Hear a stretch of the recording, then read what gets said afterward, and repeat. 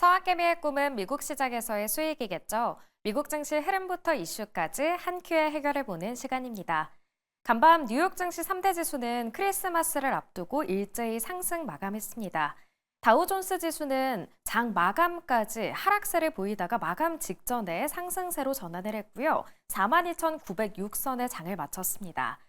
나스닥 지수도 이 기술주들의 매수가 들어오면서 상승 마감했는데요. 19,764선에 거래를 마쳤습니다.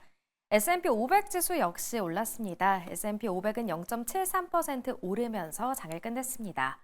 그렇다면 미국 현지에서는 지금 어떤 이슈가 핫하게 떠오르고 있을까요? 오늘도 미국 증시 전문 유튜버 유선남님과 함께 이야기 나눠보겠습니다. 안녕하세요. 메리 크리스마스입니다. 이브인 오늘은 어떤 일정에 주목해보면 좋을까요? 네, 맞습니다. 오늘 말씀해 주신 것처럼 크리스마스 이브를 육은 지나고 있고요. 현재 그로 인해서 시장이 오늘 조기 종료될 예정입니다. 미동부 기준으로 13시에, 정확히 말하면 오후 1시에 조기가 종료가 될 예정이고요. 내일 같은 경우는 장이 아예 열리지 않습니다. 그에 염두에 두시고 여러분들 투자하시면 좋을 것 같고요. 그러고 나서 오늘 기준으로 여전히 거시경제 지표들은 나오게 되는데요. 오늘은 5년물에 대한 국제 입찰이 예정되어 있고, 그리고 아틀란타 연준에서 발표하는 GDP에 대한 예상치 GDP 나오가 예정이 되어 있고요. 그리고 미국 석유협회에서 주간 원유 재고에 대한 발표가 나오게 될 예정입니다. 네, 오늘은 크리스마스 이브여서 미국장이 조기 종료되고 내일은 휴장이라는 점 잘 참고하셔야겠습니다. 이어서 다음 소식은 중국으로 가보겠습니다. 중국이 경기를 부양하기 위해서 계속해서 노력을 하고 있는데요. 내년에는 사상 최대 규모인 약 600조 원 규모의 특별 국채를 발행하기로 했다고 하죠. 그렇습니다. 현재 블룸버그를 통해서 보도가 된 내용입니다. 중국이 내년에 사상 최대 규모인 약 600조 원, 3조 위안에 해당하는 특별국채를 발행하기로 했다는 결정을 발표를 했는데요. 자, 일단 침체된 경제를 회복시키기 위해서 강력한 재정정책의 일환이다라고 얘기가 나오고 있고요. 현재 기준으로 미국과의 관세 전쟁이 나오고 있는데 그로 인한 경제 타격을 완화하면서 디플레이션 압력에 대응하기 위한 조치다라고 발표가 나왔는데요. 현재 2025년 경제 성장 목표를 달성하기 위해서 내수 진작, 기업 설비 확장, 첨단 산업 지원에 초점을 맞춘 투자 계획을 수립하고 있고요. 소비 진작을 위해서 오래된 자동차 및 가전제품 교체 시 보조금을 제공할 예정이며 약 1조 3천억 위안이 소비 진작에 사용될 예정이다라고 얘기가 나오면서 약 절반가량 규모가 소비 진작에 사용될 예정이라는 소식이 전달이 됐습니다. 이것뿐만이 아닙니다. 기업 설비 업그레이드를 위해서 기업이 대규모 설비를 현대화하는 데 보조금을 지원을 하고 있고요. 철도, 공항, 농장, 건설, 주요 지역에 대한 안보 역량을 강화하며 전기차, 로봇, 반도체, 친환경 에너지 등 새로운 생산력 분야에도 1조 위안 이상을 지원한다라고 소식이 전달이 됐습니다. 현재 대형 국립 은행의 재정 안정성을 강화하기 위해서 자금을 지원하면서 특별 국채 발행은 GDP 대비 2.4% 규모에 해당하는 소식이 나왔는데 예산 적자를 GDP의 4%까지 확대를 한다는 소식을 전에 전달한 것처럼 이는 역대 최대 수준이다라고 얘기를 할 수 있을 것 같고요. 여전히 중앙경제공작회의에서 2025년 경제성장 목표를 5%로 유지하기 위한 구체적 논의가 여전히 진행 중이다라고 발표가 나왔던 만큼 추가적인 부양책 기대해도 좋을 것 같습니다. 아무튼 이런 소식으로 인해서 국채 발행 소식이 나왔고 10년 및 30년 만기의 중국 국채 수익률이 소폭 상승했다는 소식이 전달이 되게 됐습니다. 네, 중국이 경기 부양을 위해서 계속해서 노력을 하고 있는데요. 내년에는 보다 가시적인 성과가 나왔으면 하는 바람입니다. 한편 유럽연합은 중국 전기차에 높은 관세를 부과하고 있는데요. 이 영향으로 중국의 11월 전기차 수출액이 크게 줄었다고 합니다. 관련 내용 자세히 설명해 주시죠. 네, 맞습니다. 현재 중국의 전기차 수출이 크게 줄고 있습니다. 전년 대비 42%나 감소한 수치로 중국의 전기차 수출이 약 15억 8천만 달러에 해당하는 수치를 11월 기준으로 기록했다라고 얘기됐고 이는 2022년 7월 이후 최저 수준이다라는 발표가 나왔는데요. 참고로 이런 부분들에 대해서 가장 커다란 영향을 줬던 것은 아무래도 EU 쪽에 해당하는 전기차 수출이었다라고 발표가 났습니다. 약 36%에 해당하는 수치가 감소를 했고요. 특히 최근에 적용이 됐었던 새로운 관세율 10월 30일부터 시행했었던 기존 10%의 관세에서 17.8%에서 45.3%로 인상된 관세율이 가장 커다란 악재로 작용했다라고 얘기를 하면서 중국 전기차의 유럽 시장 점유율이 7.4%로 하락하게 되면서 전달에 8.2%에 커다랗게 못 미치는 수치가 나왔다는 평가를 받고 있습니다. 이것뿐만은 아닙니다. 전체적으로 신흥시장이 둔화가 되고 있습니다. 아세안 쪽의 전년 동월 대비 수출이 25%나 감소를 했고요. 중남미 쪽에서도 47%를 감소를 했습니다. 아무래도 여기에 대한 전문가들의 의견은 비슷한데 그래도 역시 중국 전기차 수출 둔화의 핵심 원인은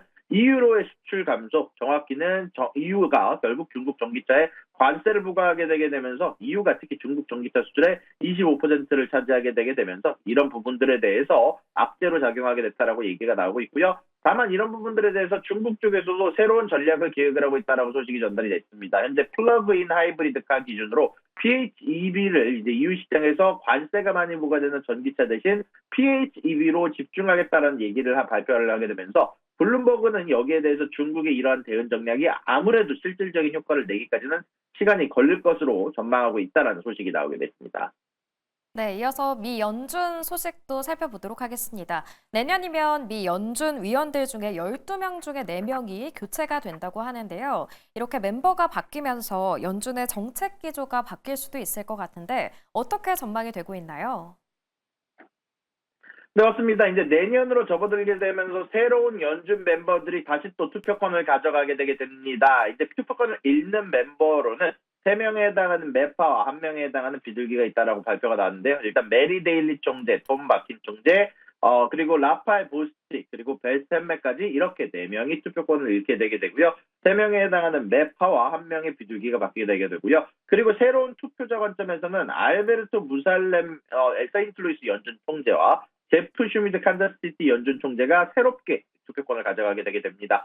2024년 4월 임명 이후 첫 FOMC 투표권을 가져가게 되고요. 제프 슈미드 같은 경우도 첫 투표권을 가져가게 되는데 양쪽 다 매파적으로 평가를 받고 있습니다. 가장 최근 발언에 대해서 좀 집중하자면 일단 알베르토 무살렘 같은 경우는 인플레이션 완화 진전이 정체되거나 반전될 위험이 있다라고 얘기를 하면서 금리 인하 속도를 늦출 필요가 있다라고 발언하게 됐고요. 제프 슈미드 같은 경우는 금리 최종 도달점에 대한 불확실성이 강조를 하면서 너무 큰 폭의 금리 조정은 시장 변동성을 초래할 수 있으므로 신중한 금리 인하가 필요하다라고 얘기를 했었던 만큼 양쪽 다 최근의 발언은 굉장히 매파적인 발언들이 나왔었고요. 수잔 콜린스 총재와 오스틴 굴스맨 총재는 이제는 2022년, 2023년에 이어서 다시 또 이번에도 투표권을 가져가게 되게 되는데요. 일단 수잔 콜린스 총재 같은 경우는 최근 들어서 좀 비둘기적인 발언을 얘기하면서 현재 경제 상황을 전반적으로 좋은 상태로 평가를 하면서 추가적인 완화 정책의 필요성을 강조를 했었고요.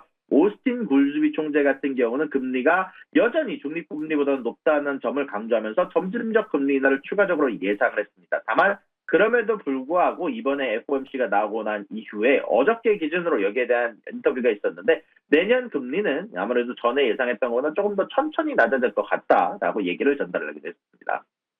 네, 내년 위원 12명 중에 4명이 바뀌긴 하지만 그래도 매파가 우세한 구도는 그대로 이어질 것이다라는 이야기 해주셨습니다.